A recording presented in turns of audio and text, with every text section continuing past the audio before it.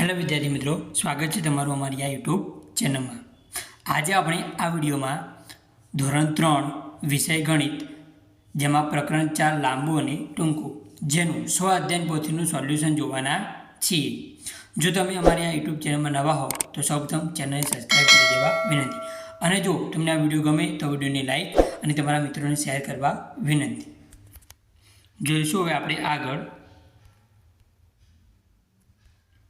प्रश्न 1, माग्या मुजब जवाब आपो।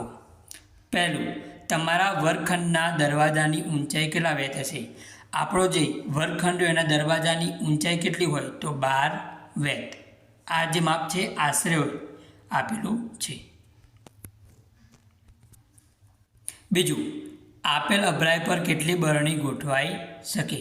अहीं आगळ आपणे अभराई आपे छे एना पर केटली बरणी गोठवी शके? अहीं आगळ 3 बरणी गोठवी तो बीजी अपने अगर 5 गोठवी सके, 3 ने 5 कुल 8 बरणी गोठवी शकाय। त्रीजू, आ तार पर आपेल चित्र मुजबना केटला चित्रों लटकावी शकाय? तो 1, 2, 3 लटकावेला, बीजा 4, 5 और 6 कुल केटला लटकावी शकाय? 6 चित्रों लटकावी शकाय। आगळ, सेंटीमीटर में लंबाई मापो। आपने बेट आपेलू है, पेन्सिल आपेली है, रबर आपेलू है और एक तीर आपेलू है। आनु माप आपने अहीं आगळ स्केल पर आपेलू है। पहलो प्रश्न, बेटनी लंबाई खाजी गया सेमी है। तो बेटनी लंबाई अहीं आगळ 0 थी लईने 12 सुधी एटले के केटला सेमी थाय? 12 सेमी। पहला में जवाब आपशे खाजी गया में 12 सेमी। बीजी खाजी गया, पेन्सिलनी लंबाई खाजी गया सेमी है। हवे पेन्सिलनुं माप 4 थी लईने 8 सुधी आप्युं छे। तो 4 थी 5 1 सेमी, 5 थी 6 2, 6 थी 7 3 और 7 थी 8 4 एटले 4 सेमी। बीजी खाजी गया जवाब आवशे 4 सेमी। त्रीजी खाजी गया, रबर करता तीर खाजी गया सेमी वधु लांबू छे। रबर करता तीर केटલું લાંબુ છે?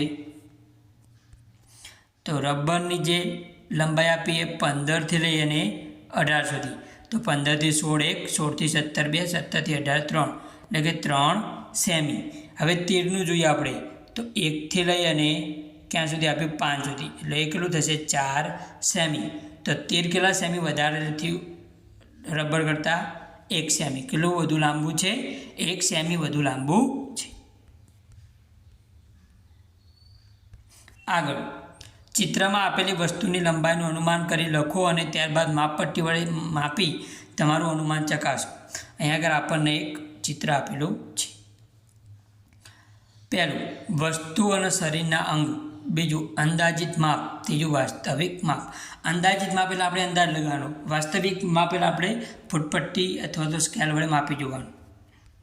तो पहलुं, हाथनी लंबाई। अंदाजित माप केटલું आप्युं? 60 सेमी। हवे मापीने केटલું थयुं? 65 सेमी। आगळ, फ्रॉकनी लंबाई ए अंदाजित केटલું थयुं? 39 અને वास्तविक 45 सेमी।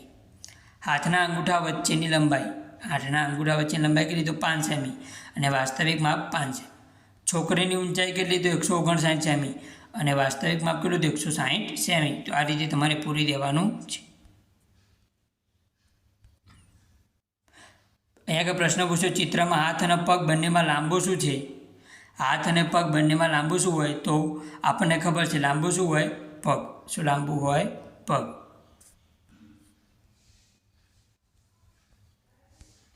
आगळ, चौथुं, तमारा घरथी मंदिर सुधी पहोंचवाना 4 अलग अलग रस्ता आपेला छे।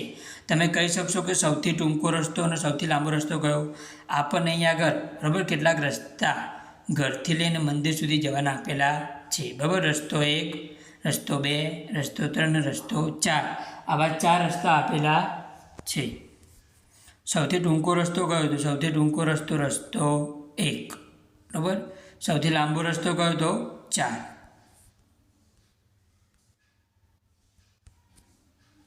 पांचमું, 1 मीटर लंबाईनी लाकड़ी तैयार करो।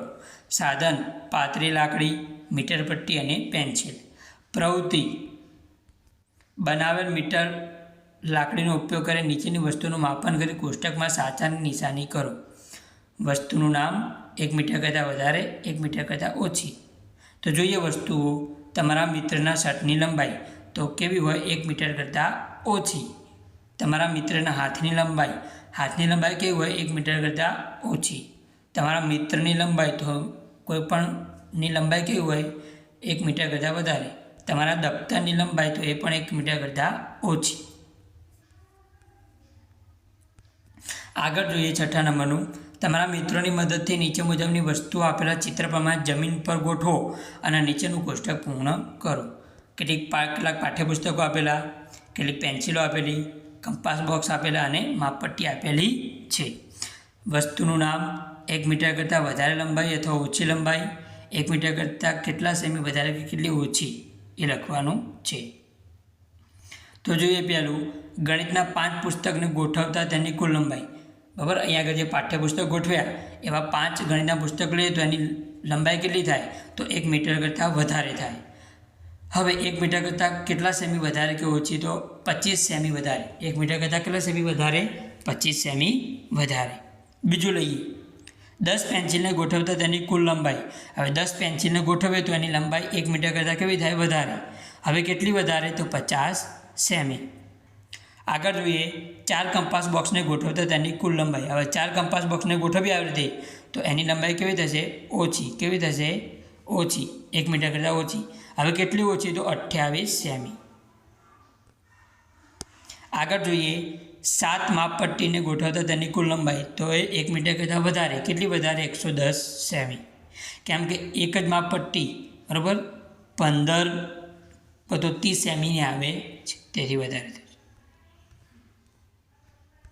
આગળનો પ્રશ્ન, નકશામાંથી શોધો. સરદાર પટેલ સ્ટેડિયમ આપેલું છે, ગીતા મંદિર, લાલ દરવાજા, કાલુપુર રેલવે સ્ટેશન આપેલું છે. અહીંયા આગળ આપણે બાજુમાં લખ્યું છે કે લાલ દરવાજાથી સરદાર પટેલ સ્ટેડિયમ 4 કિલોમીટર. આ જે રસ્તો રહ્યો 4 કિલોમીટરનો છે. ત્યારબાદ લાલ દરવાજાથી કાલુપુર રેલવે સ્ટેશન 2 કિલોમીટર. લાલ દરવાજાથી કાલુપુર રેલવે સ્ટેશન કેટલું 2 કિલોમીટર. ત્યારબાદ કાલુપુર રેલવે સ્ટેશનથી સરદાર પટેલ સ્ટેડિયમ એ કેટલું છે 6 કિલોમીટર. પહેલો પ્રશ્ન, કાલુપુર રેલવે સ્ટેશનથી સરદાર પટેલ સ્ટેડિયમ નજીક કે લાલ દરવાજા. કાલુપુર રેલવે સ્ટેશન એ આવેલું. હવે સરદાર પટેલ સ્ટેડિયમ એ આટલા છે, જે લાલ દરવાજા આટલા, તો નજીક કયું કહેવાય લાલ દરવાજા. આગળનો પ્રશ્ન, લાલ દરવાજાથી વધારે નજીક શું છે ગીતા મંદિર કે સરદાર પટેલ સ્ટેડિયમ. તો લાલ દરવાજાથી સૌથી નજીક શું છે ગીતા મંદિર. આગળનો 8મો પ્રશ્ન, ચિત્ર જોઈ જવાબ આપો. અહીંયા આગળ બિલ્ડિંગ આપેલી, એક કાર, બસ, વૃક્ષ અને અહીંયા આગળ રેલવે જતી બતાવી છે. પહેલો પ્રશ્ન, આપેલા ચિત્રમાં સૌથી ઊંચું શું છે. આ ચિત્રમાં સૌથી ઊંચું શું છે તો બિલ્ડિંગ. શું ઊંચું છે બિલ્ડિંગ. બીજું, ચિત્રમાં સૌથી ઓછી ઊંચાઈ કોની છે તો આપણે જોઈએ કે ચિત્રમાં સૌથી ઓછી ઊંચાઈ કોની છે કારની. તો બીજામાં જવાબ આવશે કાર. ત્રીજો પ્રશ્ન, કારની ઊંચાઈ 2 મીટર હોય તો વૃક્ષની ઊંચાઈ કેટલી હશે. હવે કારની ઊંચાઈ જો 2 મીટર હોય આની તો વૃક્ષ એના કરતાં 4 ગણા જેવું છે તો 8 મીટર થશે. કેટલું થશે 8 મીટર. એટલે એમાં જવાબ આવશે 8 મીટર. બિલ્ડિંગની ઊંચાઈ કેટલી હશે. હવે જો વૃક્ષની ઊંચાઈ 8 મીટર હોય તો બિલ્ડિંગની ઊંચાઈ કેટલી લેશું 12 મીટર. આ રીતે તમારે પૂરવાનું છે. આગળનો પ્રશ્ન 9મો, સાચો વિકલ્પ પસંદ કરી સાચાની નિશાની કરો. જો તમારી એક આંગળીની લંબાઈ અને એક નાની પેન્સિલ બરાબર હોય તો ગણિતના પુસ્તકની લંબાઈ કેટલી છે. 1 નાની પેન્સિલ, 5 નાની પેન્સિલ, 50 નાની પેન્સિલ. તો જવાબ આવશે 5 નાની પેન્સિલ. બીજો પ્રશ્ન, આપેલા ચિત્રમાં જો ટેબલ 1 મીટર ઊંચું હોય તો વીજળીના થાંભલાની ઊંચાઈ કેટલી હોઈ શકે.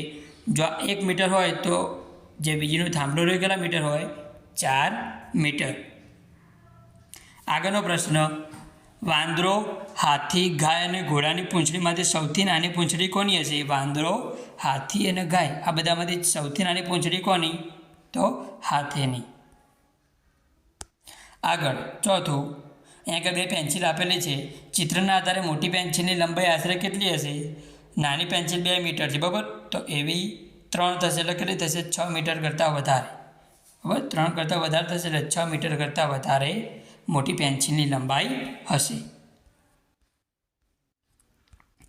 આગળ 5મું, નીચેનામાંથી કોની ઊંચાઈ મીટરમાં હશે? તો અહીંયા આગળ 3 ઓપ્શન આપે. કેળાની લંબાઈ એ તો નાનું એટલે સેન્ટીમીટરમાં. 3 વર્ષના બાળકની ઊંચાઈ, બરાબર, એ પણ મીટરમાં ના હોય. તો માતાની સાડીની લંબાઈ, આપણી મમ્મીની સાડીની લંબાઈ શેમાં માપીએ આપણે? મીટરમાં. પ્રશ્ન 10, નકશાના આધારે પ્રશ્નોના જવાબ આપો. અહીંયા આગળ આપણને નકશો આપેલો છે, બરાબર. રેલમાર્ગ અમદાવાદથી આણંદ, આણંદથી વડોદરા, વડોદરાથી ભરૂચ, ભરૂચથી સુરત. ઉપર કિલોમીટરમાં અંતર આપેલું છે. તો પહેલો પ્રશ્ન, તમારે અમદાવાદથી સુરત જવું હોય તો કેટલા કિમી મુસાફરી કરવી પડશે? અમદાવાદથી સુરત જવા માટે પહેલાં અમદાવાદથી આણંદ જવું પડે, આણંદથી વડોદરા, વડોદરાથી ભરૂચ, ભરૂચથી સુરત. તો 77 કિમી, 46 કિમી, 79 કિમી અને 76 કિમી, આ બધાનું શું કરવાનો? સરવાળો. તો કેટલો આવશે? 278 કિમી. બીજો પ્રશ્ન, આણંદથી વધારે નજીક કયું શહેર છે? તો જોઈએ, આણંદથી વધારે નજીક કયું આવશે? તો વડોદરા. શું આવે?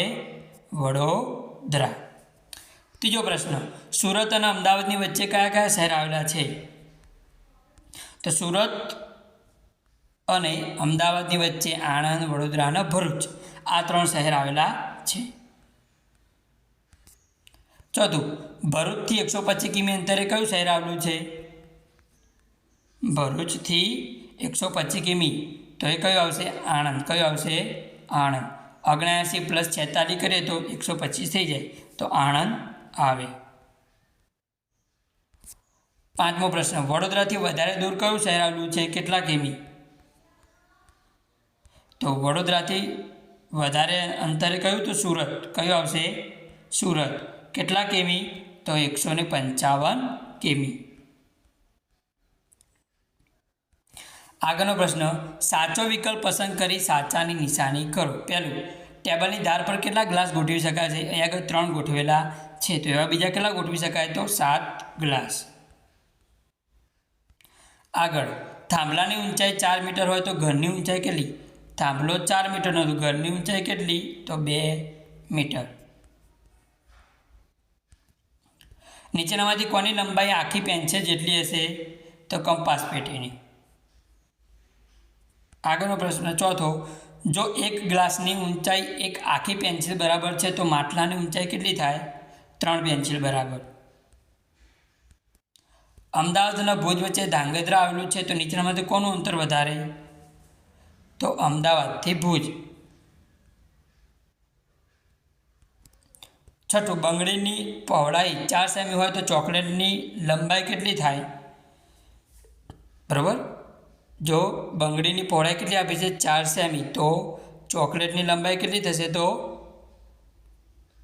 3 સેમી. 7મું, ચોકલેટની લંબાઈ કરતાં બોલપેનની લંબાઈ કેટલી વધારે છે? તો 5 સેમી. આગળ જોડકા જોડો. ટેબલની લંબાઈ, બરાબર, અહીં અ અને બ, ટેબલની લંબાઈ, મોબાઈલ ફોનની લંબાઈ, તમારી આંગળીની લંબાઈ, તમારા ઘરથી શાળાનું અંતર, કંપાસ પેટીની માપપટ્ટીની લંબાઈ. અહીંયા આગળ સામે માપ આપેલા છે 5 સેમી, 15 સેમી, 100 મીટર કે તેથી વધુ, 2 મીટર અને 16 સેમી. સામે જોડવાનું છે. તો ટેબલની લંબાઈ કેટલી થશે? 2 મીટર. મોબાઈલ ફોનની લંબાઈ કેટલી? 16 સેમી. તમારા આંગળીની લંબાઈ 5 સેમી. તમારા ઘરથી શાળાનું અંતર 100 મીટર કે તેથી વધુ. કંપાસ પેટીની માપપટ્ટીની લંબાઈ કેટલી થશે? 1.5 સેમી.